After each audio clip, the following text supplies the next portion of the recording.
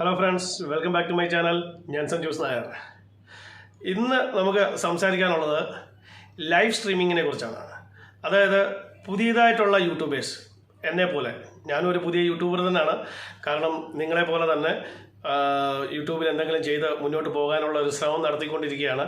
അപ്പോൾ എന്നെപ്പോലെ തന്നെ പുതിയ യൂട്യൂബേഴ്സ് പല പല കാര്യങ്ങളും ചെയ്തു വരുമ്പോൾ അവർക്ക് പല കാര്യങ്ങളിലും ഡിഫിക്കൽട്ടീസ് ഫേസ് ചെയ്യും.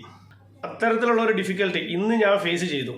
അപ്പോൾ പഠിച്ചുകൊണ്ടിരിക്കുന്നതിനോടൊപ്പം തന്നെ അത് മറ്റുള്ളവർക്ക് കൂടെ പകർന്നു കൊടുക്കുമ്പോൾ അതിനൊരു സുഖം കിട്ടും. മാത്രമല്ല പഠിച്ച കാര്യങ്ങളെക്കുറിച്ചുള്ള ഒരു അറിവ് വളർത്തേ ഉള്ളൂ. അതുകൊണ്ടാണ് ഞാൻ ഈ വീഡിയോ ഇപ്പോൾ ചെയ്തുകൊണ്ടിരിക്കുന്നത്. ഇതുപോലുള്ള വീഡിയോ കുറേ നേരത്തെ ചെയ്തു, നിങ്ങളതൊക്കെ കണ്ടിട്ടുണ്ടാവും. കണ്ടിട്ടില്ലെന്നുണ്ടെങ്കിൽ പ്ലീസ് കാണുക. അതുപോലെ എൻ്റെ ചാനലിനെ സബ്സ്ക്രൈബ് ചെയ്യുക, ബെൽ ബട്ടൺ അമർത്തുക. കാരണം ഞാനിടുന്ന പുതിയ പുതിയ വീഡിയോകളുടെ നോട്ടിഫിക്കേഷൻ നിങ്ങൾക്കും കിട്ടിക്കൊണ്ടിരിക്കും. അപ്പോൾ ഞാൻ ഇന്ന് ട്രൈ ചെയ്തത് ലൈവ് സ്ട്രീമിംഗ് ആണ്. ലൈവ് പോകാനുള്ള ശ്രമമാണ് നടത്തിയത്. അപ്പോൾ ലൈവ് സ്ട്രീമിങ്ങിന് ഞാൻ ആദ്യം ശ്രമിച്ചത് ലാപ്ടോപ്പിൽ നിന്നാണ്. അതിനുശേഷം മൊബൈലിൽ നിന്നും ശ്രമിച്ചു. അപ്പം ഞാൻ എന്താണ് മനസ്സിലാക്കിയത്? അപ്പോൾ എനിക്ക് മനസ്സിലായ കോമൺ ആയിട്ടുള്ള ഒരു കാര്യം എന്ന് പറയുന്നത്, അത് മൊബൈലിൽ കൂടെ ചെയ്യുകയാണെങ്കിലും ലാപ്ടോപ്പിലോ ഡെസ്ക്ടോപ്പിലോ കൂടെ ചെയ്യുകയാണെങ്കിലും കോമൺ ആയിട്ടൊരു കാര്യമുണ്ട്. അതിൽ ഒന്നാമത്തെ കാര്യം എന്ന് പറയുന്നത്, നിങ്ങളുടെ ചാനലിൽ കഴിഞ്ഞ 90 ദിവസത്തിനുള്ളിൽ, അതായത് കഴിഞ്ഞ 3 മാസത്തിനുള്ളിൽ ലൈവ് സ്ട്രീമിംഗ് റെസ്ട്രിക്ഷൻസ് ഒന്നും ഉണ്ടായിട്ടുണ്ടാവരുത്. രണ്ടാമത്തെ കാര്യം എന്ന് പറയുന്നത്, നിങ്ങളുടെ ചാനൽ മൊബൈൽ നമ്പർ വെരിഫൈഡ് ആയിരിക്കണം. അത് സാധാരണ യൂട്യൂബ് തുടങ്ങുമ്പോൾ തന്നെ മൊബൈൽ നമ്പർ വെരിഫൈ ചെയ്യുന്നതാണ് എന്നാണ് എനിക്ക് വിശ്വസിക്കാൻ കഴിയുന്നത്.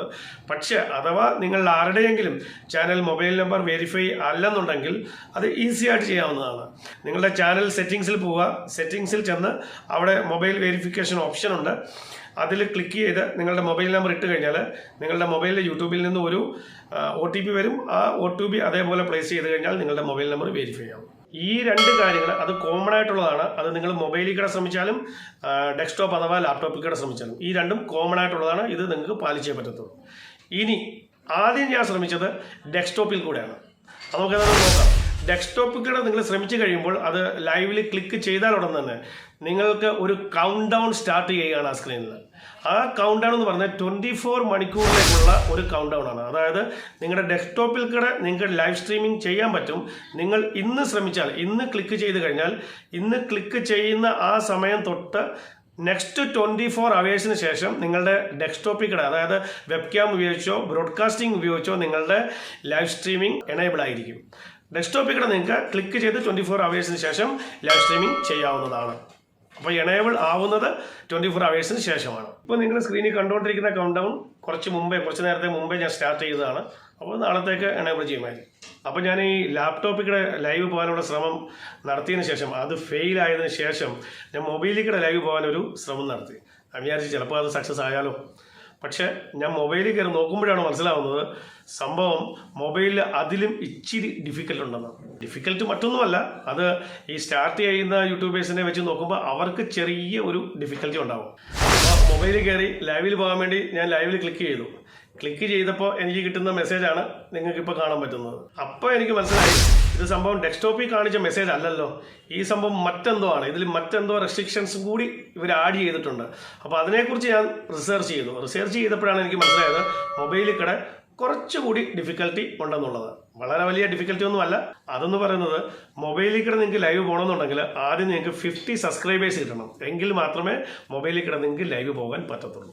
ഇത് കൂടാതെ നേരത്തെ പറഞ്ഞ റെസ്ട്രിക്ഷൻസ് ഓൾറെഡി ഉണ്ട് അവിടെ. അതായത് നിങ്ങളുടെ ചാനൽ മൊബൈൽ നമ്പർ വെരിഫൈ ചെയ്തിരിക്കുന്നതായിരിക്കണം. അതേപോലെ ലാസ്റ്റ് 90 ഡേയ്സിനുള്ളിൽ, അതായത് 3 മാസത്തിനുള്ളിൽ നിങ്ങൾക്ക് യാതൊരു ലൈവ് സ്ട്രീം റെസ്ട്രിക്ഷൻസും നിങ്ങളുടെ ചാനൽ ഉണ്ടാകാൻ പാടില്ല. ഇതുകൂടാതെ ഇത് 3 കാര്യങ്ങളും ആക്റ്റീവ് ആയതിനു ശേഷം നിങ്ങൾ ക്ലിക്ക് ചെയ്യുക. അതായത് ലൈവ് പോകാൻ ക്ലിക്ക് ചെയ്തതിന് ശേഷം വീണ്ടും അവിടെയും കൗണ്ട് ഡൗൺ സ്റ്റാർട്ട് ചെയ്യും. കൗണ്ട് ഡൗൺ 24 അവേഴ്സിനുള്ള കൗണ്ട് ഡൗൺ സ്റ്റാർട്ട് ചെയ്യും. സ്റ്റാർട്ട് ചെയ്തതിന് ശേഷം 24 അവേഴ്സിന് ശേഷം നിങ്ങൾക്ക് ലൈവ് പോകാം. ഇതാണ് കമ്പ്യൂട്ടറിലൂടെയും, അതായത് ലാപ്ടോപ്പ് അല്ലെങ്കിൽ ഡെസ്ക്ടോപ്പിലൂടെയും മൊബൈലിലൂടെയും ലൈവ് പോകാൻ വേണ്ടുന്ന കണ്ടീഷൻസ്. ഇത് ഉണ്ടെങ്കിൽ മാത്രമേ നമുക്ക് ലൈവ് പോകാൻ, ആദ്യമായിട്ട് ലൈവ് പോയി സ്റ്റാർട്ട് ചെയ്യാൻ തുടങ്ങാൻ പറ്റത്തുള്ളൂ. മെയിൻലി ഇതുവരെ ലൈവ് പോകാൻ പറ്റാത്ത ആളുകളെ കുറിച്ചാണ്.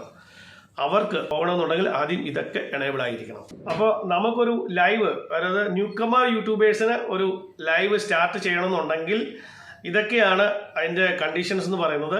ഇത് ഇന്ന് തന്നെ നമ്മൾ സ്റ്റാർട്ട് ചെയ്യാൻ, ഇതൊക്കെ എനേബിൾ ചെയ്യാൻ സ്റ്റാർട്ട് ചെയ്യുകയാണെന്നുണ്ടെങ്കിൽ വരും കാലങ്ങളിൽ നമുക്ക് എന്നാണോ ലൈവ് പോണത് അന്ന് ഇതൊരു ഈസി ആയിട്ട് കിട്ടും. പക്ഷേ മൊബൈലിൽ കൂടെ ലൈവ് 50 സബ്സ്ക്രൈബേഴ്സ് വേണം, അതൊരു കണ്ടീഷനായിട്ടുണ്ട്. 50 സബ്സ്ക്രൈബേഴ്സ് കിട്ടിയതിന് ശേഷം നമുക്ക് ലൈവ് പോകാനുള്ളത് എനേബിൾ ചെയ്യാൻ പറ്റും. അപ്പോൾ ഇന്നത്തേക്ക് ഇത്രമാത്രം. അടുത്ത വീഡിയോയിൽ നമുക്ക് വീണ്ടും കാണാം. അതുവരേക്കും ഗുഡ് ബൈ.